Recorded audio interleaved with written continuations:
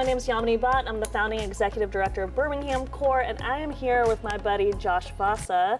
And we're going to talk a little bit today about the intersection of our racial identities as Indian Americans and today's voting climate. And hey folks, my name is Josh Vasa. I'm a candidate for City Council in Birmingham, District 3. Election is not until next August, so there's some time on that. But I'm very excited to be here talking with Yamini, and also have a background in affordable housing at Blight Free Birmingham. All right, well, I'll start. Yeah. So, you know, my parents, each of us have sort of a different story. My parents came over in 1978 to Colorado. Yeah. And, my mom had a nursing degree from India, but didn't know anybody in the community. Showed up. She had a whole bunch of saris in her suitcase and about $7 in her pocket, and started working as a nurse in the community. And it was hard for her. You know, she had an accent. She looked different. She cooked some interesting foods and that had some interesting smells. And so I think, for the local community, she definitely stood out. But what was great is she started getting involved in the community and was definitely accepted by the community. Fast forward, we ended up in Birmingham, and my dad was very involved in the Indian Cultural Association of Birmingham. He was the president for a part, and so we grew up with a lot of sort of like culture of sort of service in our family. I don't know about yours. Yeah, no, very similar story. So my parent, I was born in Mumbai, India, came over in '96. So my mom was a chemist at the time, but when she had kiddos, she switched into being a teacher. Schedules work better. Then my dad, he was an aerospace mechanic. Then when we moved to the States, became an aerospace engineer, which is what brought us to Mobile. So I grew up in Mobile, Alabama. So didn't spend a lot of time in India. Very much Americanized. I'm a Southern girly. But yeah, I mean, the smells, I can't tell you how many times my mom would kindergarten, you always you bring your little lunchbox and you have your food, and my mom would just put a bunch of curry in there and it would leak sometimes. And then the kids are like, what's that smell? That leakiness coming out of your lunchbox. I'm like, oh God. So a little awkward adjustment. And I do think my parents, when I look back in hindsight, I do feel like service was a huge part of my mother's. Oh, yeah. She was a school teacher. She just retired this past year, school teacher for all of my life. And then, service was always something she very much wanted us to be a part of. She's a huge part of our the Indian Association of Greater Mobile, the Hindu Society of Mobile. So yeah, I mean, service, obviously now here we are, just serving all day, all the time. And I do think it's kind of part of Indian culture as well. I don't know. I know a lot of Indian people that are very service oriented. That's an amazing story, but also amazing is the fact that you're knitting right now. Tell me about this. I know, I'm such a dork. So shout out to Knit Beham. This yarn is from our local yarn store, which I think is so cool that we even have a local yarn store in Birmingham. That's in Forest Park. Yep, right in your district. Mm-hmm. Wonderful. But actually ties back to my granny. So in India, my granny had a lot of Kashmiri women that she hung out with. In Kashmir, northern India, that's where a lot of it's colder up there. There's a lot of knitting that takes place. A lot of they're known for their textile industry. So my granny was an epic knitter, and every year, everyone in the family would have a sweater, and everyone thought she was so lame. And I was the only one that was really interested. I love my granny. She was a huge part of my life. And she taught me how to knit. And I want to, she's no longer, so I want to kind of keep knitting and giving people, my stuff is, there are holes straight up in here, holes that aren't supposed to be in here. So it's not as great as my granny. I think there's a metaphor there somewhere. Right? But yeah. Perfection is not the key. Yeah, that's good. Our families being immigrant families, it's an interesting dichotomy. How does your family take voting? What has been y'all's perspective about voting? That's a good question. So, earlier we talked about how our family was very service and community oriented. Yeah. Alongside that came sort of an understanding of the importance of voting.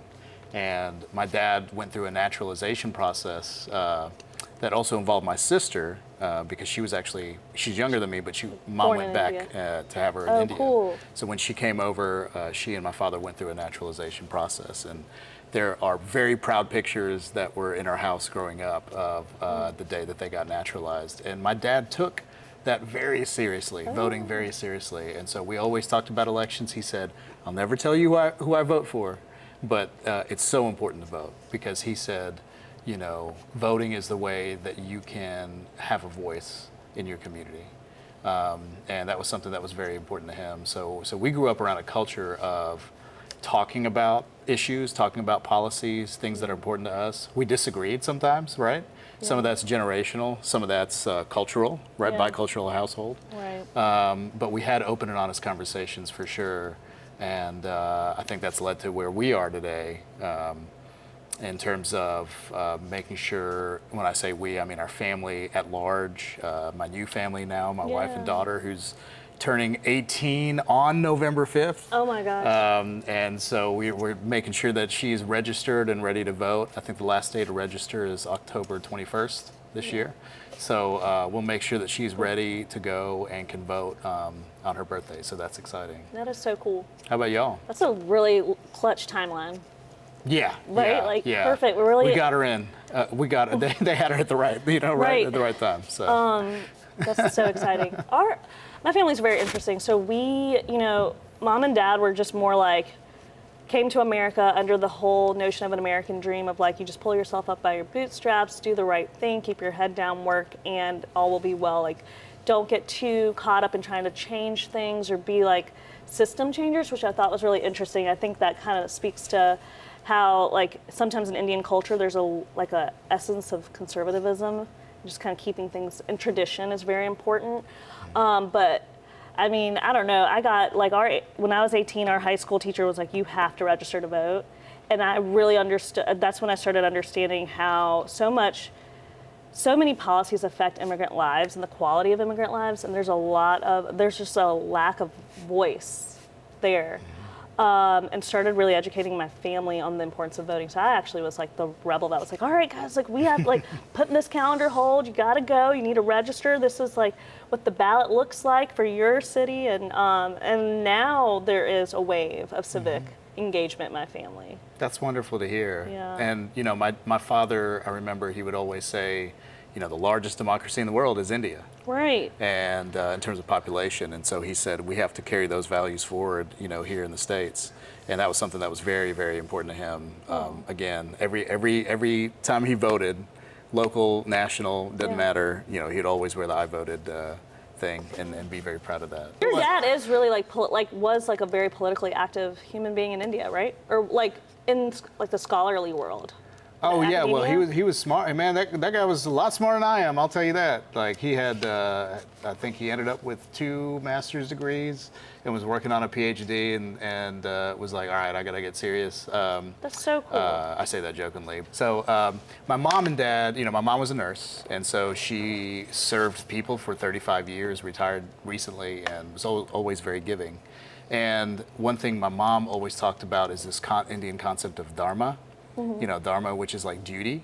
Yeah, right. And so duty to self, duty to community, duty to family. Yep.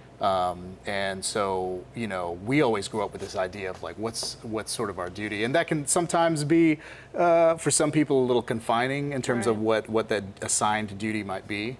But I think the larger point, what I find beautiful about it is saying like each of us, have about 5 million folks in Alabama, about 1 million plus in Jefferson County, 5-state area, and so Birmingham's MSA. And we have the opportunity to, again, have our voice heard and vote on the issues that are important to us. And, we've talked about this, about the importance of local and national, right? So national voting, there's a lot that goes into the political theater piece with national stuff, and that's kind of part of the game. But man, when you talk about local, and I know you've gotten more involved locally, I've gotten more involved locally just with neighborhood related stuff, that's the stuff that matters in terms of day to day. How your roads 100%. Look like, how safe you feel, right? What your schools look like, how we can support. What services are available for you. Absolutely. No, 100%. I think you and I, we've talked a lot about how important it is for Asian voices to be heard.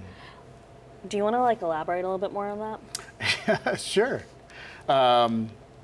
You know, I've been asked a lot as an Indian American, you know, what's the relevancy of your heritage in running for office? And I find that an interesting question.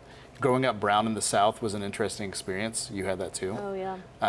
And it was interesting in a few different ways. One, you know, there's an exotic piece, I think, for some people, is like, oh, this is different and different sort of in an exotic realm of being Indian. But the other piece attached to that is that it is very other, right? Yeah. Being Indian. You're not black, you're not white. Right. What religion are you? Where did you come? What does that mean? What does that mean? And what does that mean? So there are a lot of questions that come around that, and I think a lot of that's understandable. But I think what that did for me, and I'd love to hear about you as well, is sort of teach me the importance of assimilation and Code switching. and also code switching, and being able to say, yo, when I'm hanging with my friends who happen to have lighter skin, we have conversations, and my friends who happen to have more melanin in their skin, we have certain conversations, and kind of hearing what each of those, you know, sort of households kind of talk about. And then also, and I know you do this too, being a bridge builder, right? Oh, yeah. Among our friends. And I feel like being brown in the South, sort of largely speaking, so being other, right, in terms of racial demographic, not being white, not being black, having that ability to bridge different groups has been really, really powerful. I recently had a kickoff for the campaign, and I was not surprised, but so happy to see a great level of diversity. Yeah. We had black, we had white, we had Asian, we had Hispanic, we had so many people there. And I think that's a function of, again, being this sort of other category of race in Birmingham. And I think it's, to go back to your question, is that I think it's very powerful for the city of Birmingham to have another sort of group of voices that are at the table. I believe the Asian population in Birmingham at large is around 4 or 5%, so it's not huge, but that is a demographic that is increasing in our city, and we have UAB and we have other institutions that bring a lot of, you know, international sort of groups to the city. So I'm excited about being able to kind of provide a voice for that, or even if not a voice, just a perspective An that comes along with alternative that. perspective. Mm-hmm. Now, one thing that's fascinating about you is that you're an Asian American in leadership and nonprofit in Birmingham. Yeah. Well, first I want to go back. I was at your campaign launch event, and I actually, so this is just because I'm always the other, I've always grown up as neither black or white in predominantly black or white spaces.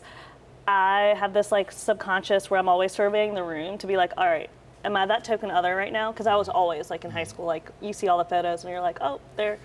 And it really warmed my heart. It really energized me to see like how much diversity was in that room, from not just like a racial perspective, but also religion, sexual orientation, age, you name it, like every voice was represented, which I live in D3 and I want to see that right in my neighborhood. So that was really heartwarming. And yeah, I mean, I think it is so important for I call them like the minorities. So the minority among other minorities, that we, you know, having space, creating space for your voice is so important.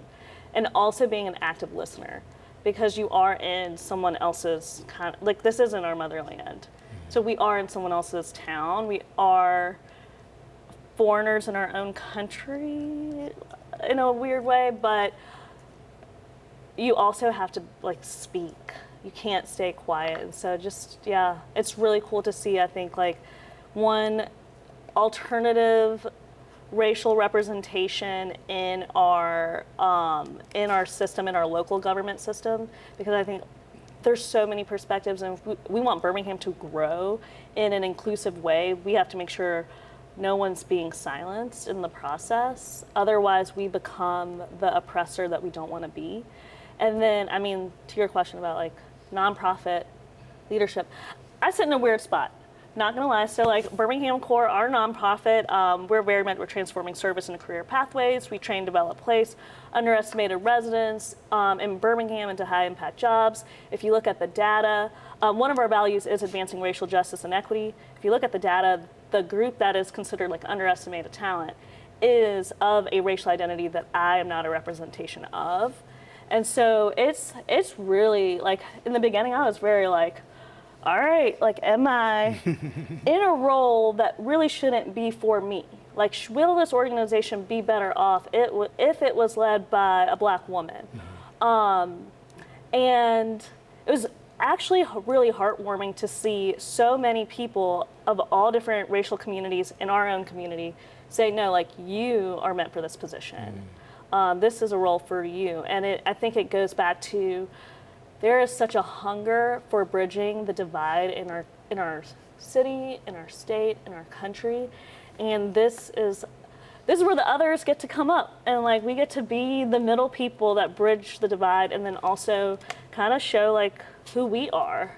So I don't know, it's cool. It's a really weird place to be, but I'm kind of excited about it. That's great, Yamini. I also think about, and you've heard of this, but a few of us are starting the Asian American Young Professionals Group. Yes, the one I dropped out of. Yeah, well, you've been a part of the conversation. I'll be back. I know you've been I'm busy. so tired. Yeah. I'm like struggling to knit this right now. Oh my God, don't judge me. Okay, keep going. No judgment. But, it's exciting to hear our conversations. And, the reality is that, like, no group is a monolith, right? And so the reality is that even within, if we're talking about Asian Americans, we have diversity of opinion. We have diversity, Right. And just to speak from a partisan standpoint, there are Republicans and Democrats and independents and libertarians and all sorts of people within that block as well. And so the reality is that, like, even within this block, there's so much diversity of experience and perspectives and values and policy decisions, right, related to this. And so that's one thing that I find, again, really interesting is about this commonality between,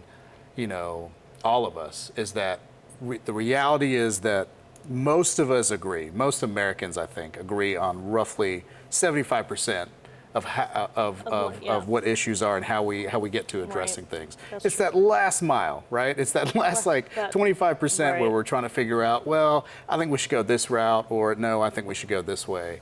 And I think the more we focus on our common ground, right? Again, this Asian American group's so diverse. There's so many countries that are a part of the Asian experience. And religious backgrounds. Absolutely. But we can come back to what is our common ground. And what is it that we, agree on and think is important? And I think that's really special, especially if we're talking about the city of Birmingham. There's a huge diversity of opinion, right? There's a lot of people that have very strong lived experiences, and that's what's informing your stance on certain issues. And if you're an elected official, that's also, that's your bias on what policies. I know, like, most elected officials very much try to be representative of their voter base, but also at the end of the day, you're human, and bias is just subconscious. But I think that's why it's really important that, like, I don't know, going back to like how we're really trying to find common ground here to bridge the community, and going back to what you were saying earlier of like, let's not focus on the 25% that divides us. Let's focus on the 75% that brings us together and build on our strengths. And that's very, very important local government. So I used to work in the city of Birmingham in economic development. A lot of our projects that would come through, at the end of the day, city council has to vote on it for progress to be made, for businesses to come to Birmingham, for us to grow businesses, create jobs. All of that requires a level of like a nice like synchronized dance between City Hall and the mayor's office and city council representatives. And when there is a divide, like, progress halts. Like, I have seen firsthand nonprofits not getting the funding they need to provide direct services to the local residents and the people who pay taxes in our city because of government dysfunction, for lack of better words. And so I think it is so important now more than ever that we build on that common ground, and that we very much are finding how to move the needle forward together. And you know what sucks is like compromise. I've learned this. Compromise means you can see it as everyone wins, or you can see it as everyone loses. Like, you're never going to get 100% of what you want, but shifting that mindset, that compromise does mean we all win. Maybe not to the full extent that you want, because it's not an all or nothing situation, but definitely now is the time. If we want to see progress in our city, we need to leverage that common ground. Yeah, you're right. That's why it's That's what's so important to vote, right. right? Right. Because you got to elect the people that you know are going to find the common ground. Josh, Absolutely. that's you. You better find that common ground. Well, it's all of us, the reality, I think of, this might be a silly metaphor, but, I'm an 80s boy, right? So I grew up in the 80s. This is a long time ago, folks. Long, long time You're ago, a back in the dinosaur. 80s. Yeah. I'm just kidding. No, what did you say? Nothing. No, we, As I knit. we used to hang out and build forts, right? That was sort of like a typical thing for, like, if you grew up in the 80s, you played outside, you built forts, you like played with sticks and stuff. And you created an environment that you really liked in terms of your Right. fort. And so this is a metaphor that might or might not work. Let's just try it out. But voting is kind of like building a fort. It's building your own fort. It's creating a box around you, an ecosystem around you that you like or don't like. Yeah. And what people, I think, fail to recognize is that when we don't vote, that we're not building the fort we want. We're not a part of building the ecosystem that we want. Yeah. When we do vote, we do have an opportunity to say, this is how I want my local, my state, my regional, my federal system to look like, And so I think it's so incredibly important. And the reality is that, like, when it comes to elections, sometimes it's on the margins, I mean, you look at polls right now nationally, Right. we're talking about on the margin. We're talking about 100 votes here can make a difference, right? And so, look, I think it's so great that we live in a country that allows free and fair elections. It's a wonderful, amazing experience that all of us, I think, end up taking for granted. But what a great opportunity to go on November 5th and circle the bubbles for the people and representatives that we think are going to do the best for our country, from a policy standpoint, from a culture standpoint, from a value standpoint. I think all those things are so important, locally and nationally. So we work with very vulnerable populations that are just trying to keep the lights on, food on the table, roof over their head. And to be honest, like, and sometimes I feel this way too, of like, what's the point of voting? Like, my voice doesn't matter, especially in such a predominantly Republican state. Mm-hmm. It's just like, sometimes it feels like your voice doesn't matter. Mm-hmm.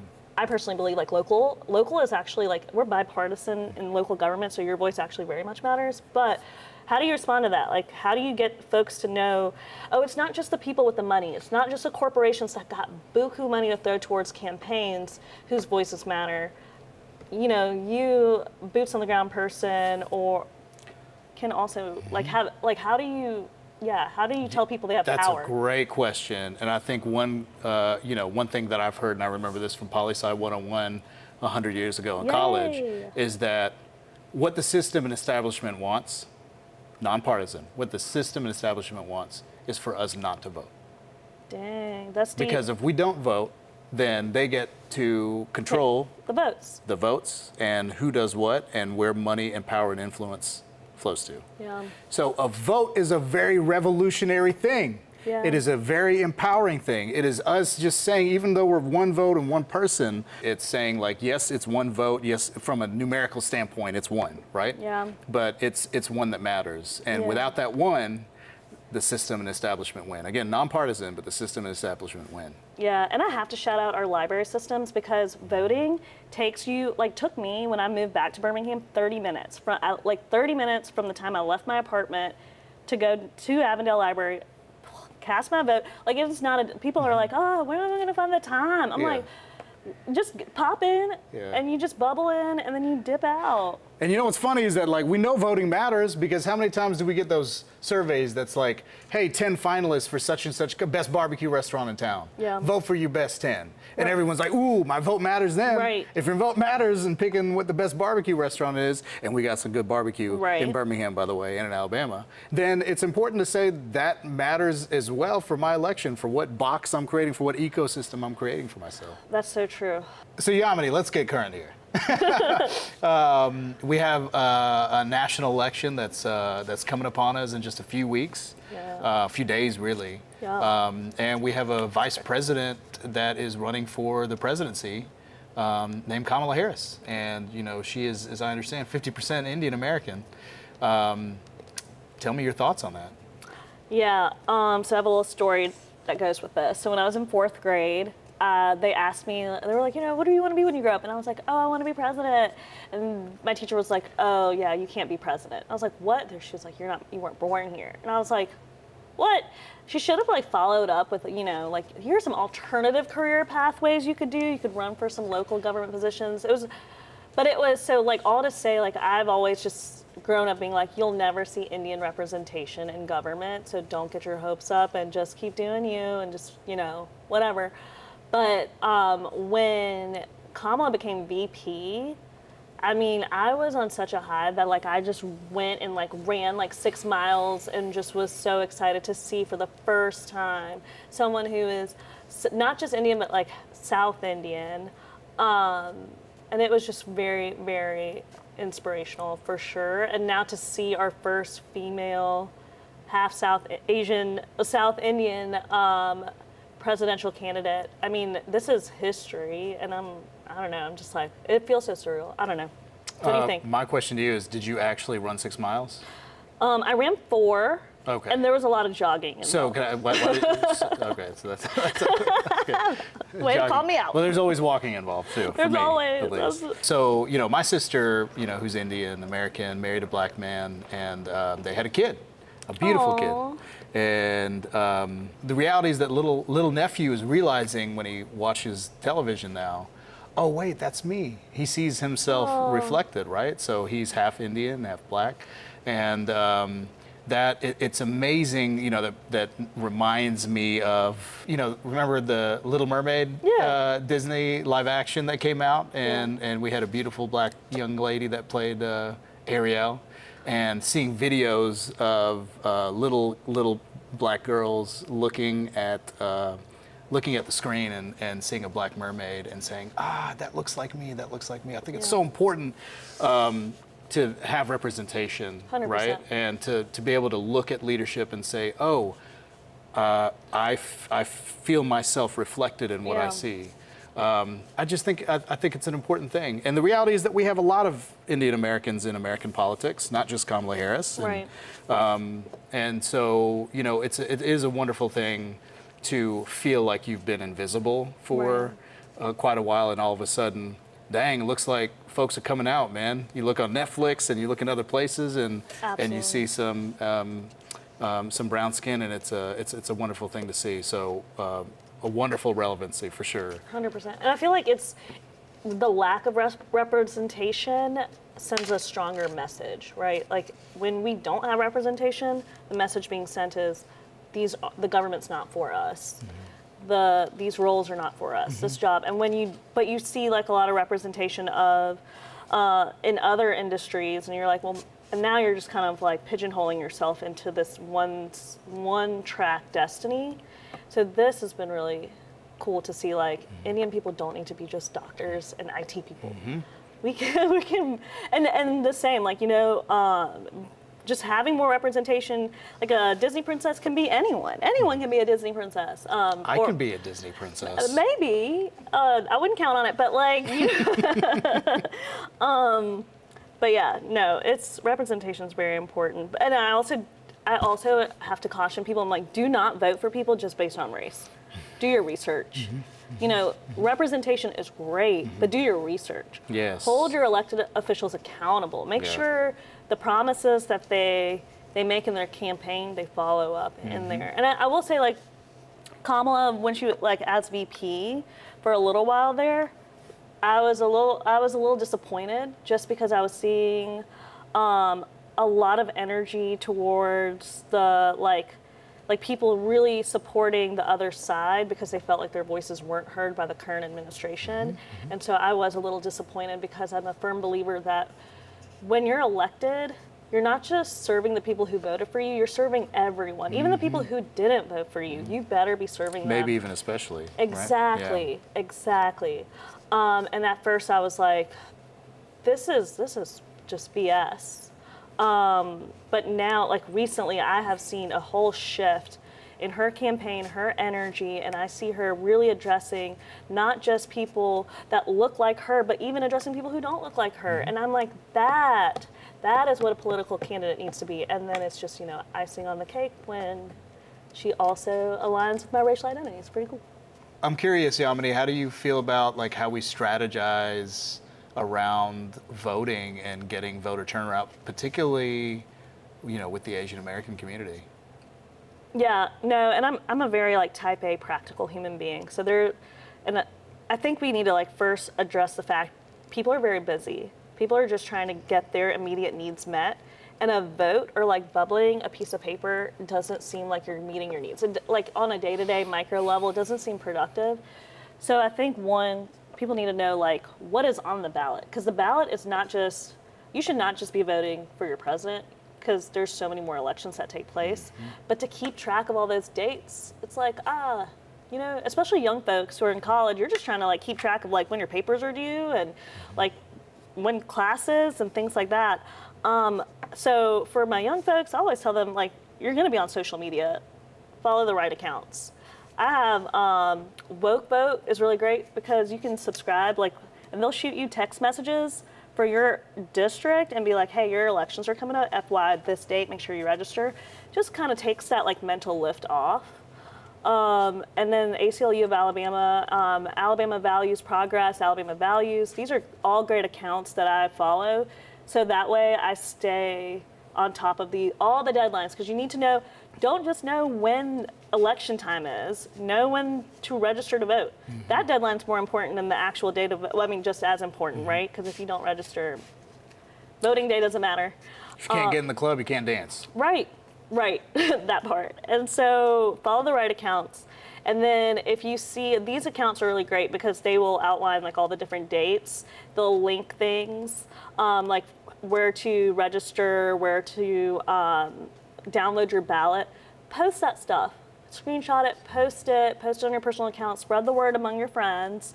My friends in college, we used to actually get together and make like a whole like hangout out of it. So we would like all go vote together and then go get like donuts at Dunkin' Donuts and like chilling That's a good idea. And like get our little I voted sticker and be like, hey, I voted, and took like it was make it fun. Voting it doesn't have to be like just a civic duty. Get donuts. Absolutely. Celebrate your I honestly anyways, but we used to make it really fun. And then what was the other thing we used to do?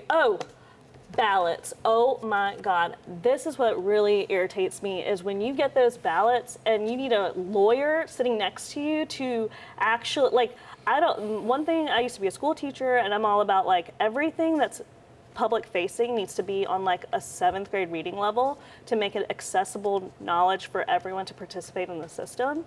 And our ballots, I'm someone who has an undergraduate degree, a master's degree, and I work, I'm at an executive level.